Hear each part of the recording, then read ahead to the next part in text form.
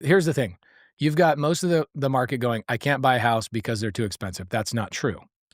The houses are not too expensive. You just can't qualify for a mortgage at a 6% rate. That's actually the problem. If rates went down to 4% or 3%, could they afford the house? Yes or no? Y- The answer is yes. Depends, but see, I put myself in that exact same position. I qualify for whatever interest rate the thing is. Okay. No money down.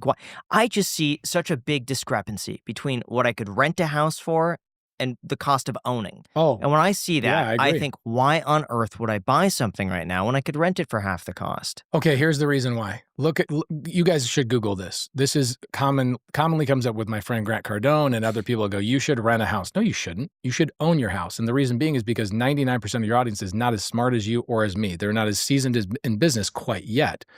The average renter, do you guys know what their net worth is? Like you take the same pool Yeah, of of people. course, it's 80 to $400, and the average homeowner is like 100 grand. But The average I don't homeowner's think net that's worth is I $400,000. I don't think that's because they bought or rent. I think the type of person to buy a house is going to be the type of person to have a good income, to save money, to have their finances down overall. I don't think it's because they Okay, bought a house. let me make an argument, and I say I agree with you. Yeah. So you want people to have the mindset of a renter, not the mindset of somebody who owns real estate. No, have the mindset of whatever makes the most money for you. And right now, I'm in such a firm belief that right now, renting is a superior option to buying, unless you plan to keep the house for at least 10 years or under certain circumstances where there's an emotional component of owning a house. Yeah. You want to raise a family there, you need stability. That's like what Ben Mullis Peace of said mind. Okay, so good argument. I don't know why this is even a thing that keeps popping up, but figure we should talk about it because clearly people want to know. Don't forget to like, comment, subscribe, and share. I appreciate you guys for doing that. Here's my thoughts on this. Renting versus owning. Obviously, in an ideal situation, you want everyone to be able to own their home. That's without saying. Sometimes we have to understand it makes sense to rent. I'm renting right now. I don't own a home. Now, I own an investment property, but that's not my primary residence. Now, do I want to own a home? Absolutely. Right now, it's just not a good time, right? Just relocated to a new area, trying to figure it out. Prices are high, and I'm just not quite ready where I want to be able to start deal hunting because I'm more focused on growing a portfolio rather than actually buying a house at this moment. Doesn't mean if the right situation came up and I had all my ducks in a row that I wouldn't pounce on it. It just, this conversation, I just hate the way it's being framed. Like renting bad, owning good, owning bad. It's none of that. It's all depending on your situation and what your long-term goal is. Some people don't want to be in real estate investors. Some people just want to own a home, raise a family, do all of that. That's perfectly fine and that's okay. Some people don't even know if they want to stay in that state that they're in. It's perfectly okay as well. Sometimes renting makes sense. Now, from the standpoint of a long period of time, I would not recommend you rent.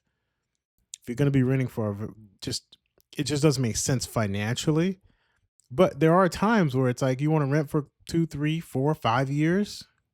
That's understandable given the situation we're in, because let's face it, owning a home now, today, as of this video, 2025 is a luxury. And sometimes there are other things that are more important than actually owning a home. Now, this is subjective, right? This is just my opinion, but that's where I fall on it. I'd much rather people build their investment portfolio than own a home, because a home is a liability. Let's have that conversation too, right? It's not an asset. It can be an asset over a long time when you choose to sell, if you choose to sell. But by and large, it's something you're feeding into every month. The strategy that I like to try and do, what I'm trying to do, is create enough assets to where my assets are paying for the home. That way I don't have to feed the home. If that makes sense, I can make another video. If it doesn't make sense, I can make another video explaining that in more detail. But the point is, neither is bad. Renting is not evil. It's not, don't feel like you're losing because you're renting. Sometimes it's necessary just to get things cleaned up, get your debts paid up, get your money built up, get an emergency fund, all those things, right? Sometimes it's necessary to do that. Like I said, I wouldn't do it for 30 years. There are people that do that, and I don't see that working out. Um, and I could be wrong, but let's see what else they have to say.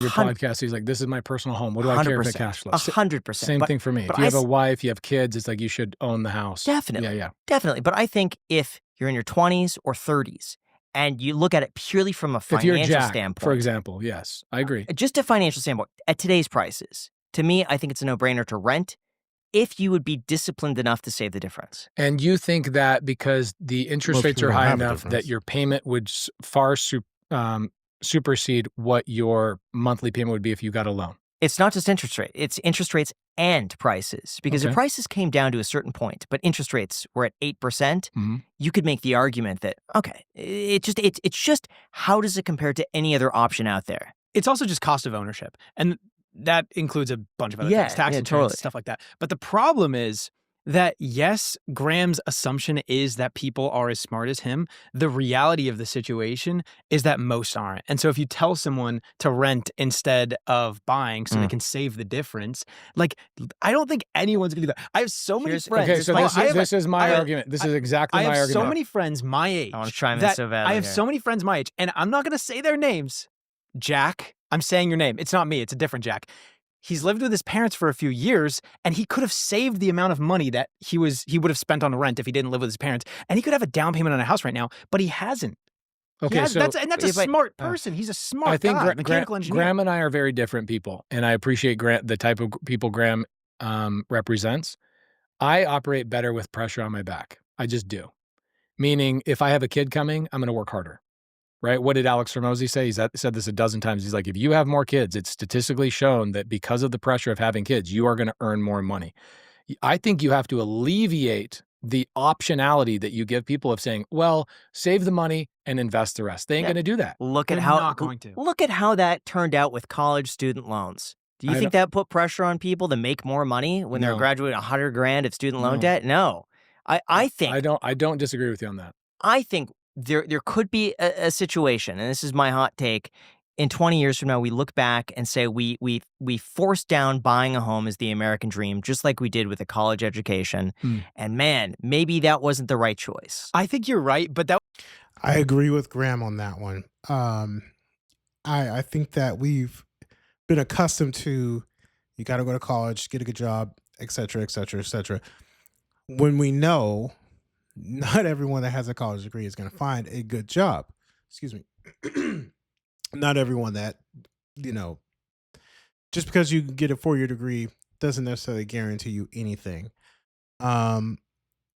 Very good discussion. I'd be curious to know what you guys think. Let me know what you think in the comments below. Yeah, I don't think it's a bad versus good. It just depends on what's right for you right now.